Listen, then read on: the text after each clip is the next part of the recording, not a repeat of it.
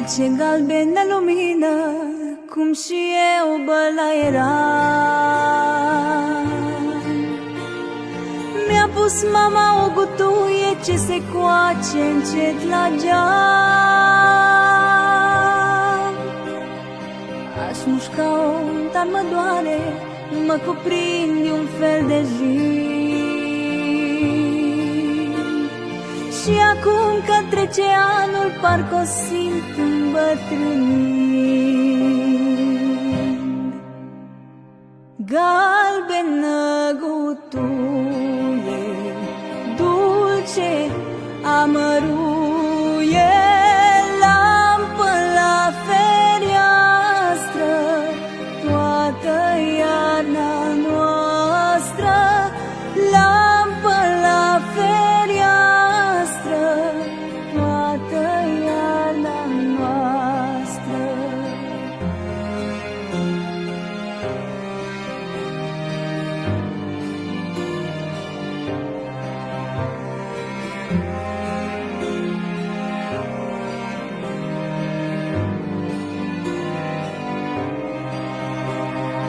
Mama mea n-avea nici globuri, nici beteală și nici stea.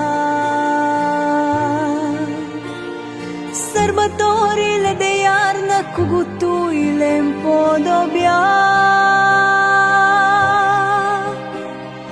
Mi-a pus mama o gutuie la fereastra dinspre drum, și eu văd că luminează, n-am puterea să o consum. Galbenă gutuie, dulce amăruie, lampă la fereastră, toată iarna noastră. Lampă la fereastră, toată iarna noastră.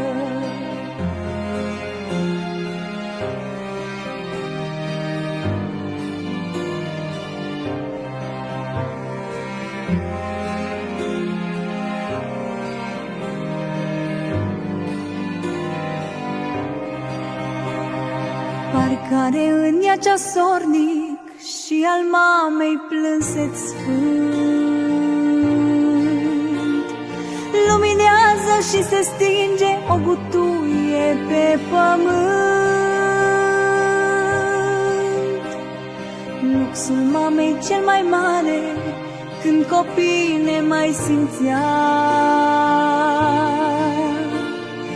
era pâinea de pe masă și gutuia de la geam. Galbenă gutuie, dulce amăruie, lampă la fereastră, toată iarna noastră. Galbenă gutuie, dulce amăruie,